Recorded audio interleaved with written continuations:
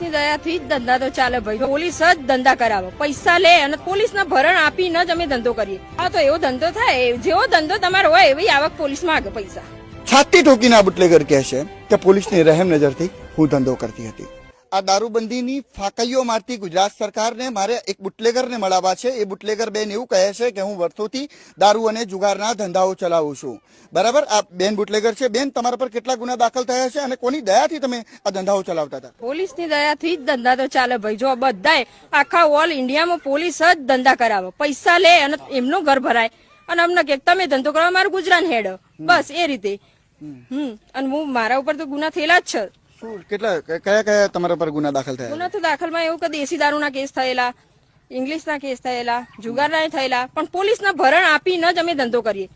Police કે જ છે કે તમે એમને પૈસા આપો અને ધંધો કરો. આ કેવા પ્રકારનું ભરણ હોય, સમજાવો ને.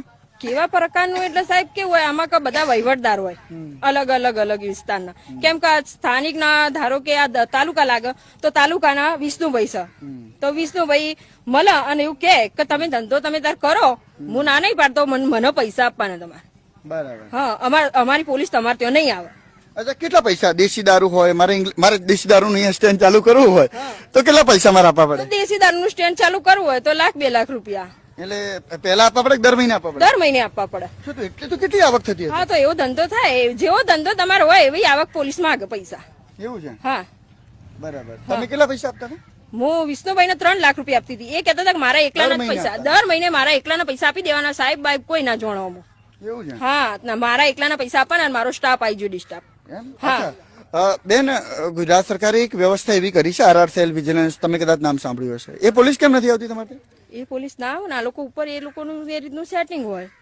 હા, કઈ એ લોકોનું કદાચ એ લોકો એમના પૈસા આપતા હોય આ લોકો, એટલે કોઈ પોલીસ આવે નહીં. આવે તો આ લોકો જ આવે, બીજું કોઈ આવે નહીં. અને કોઈ જાણ કરવા દે નહીં. આ લોકો એમની રીતે એ લોકો ધંધો કરવા જ દે. અને બેન કબૂલ કરી રહ્યા છે કે હું બુટલેગર છું. ફરીવાર આ વિડીયો બનાવવાનો અર્થ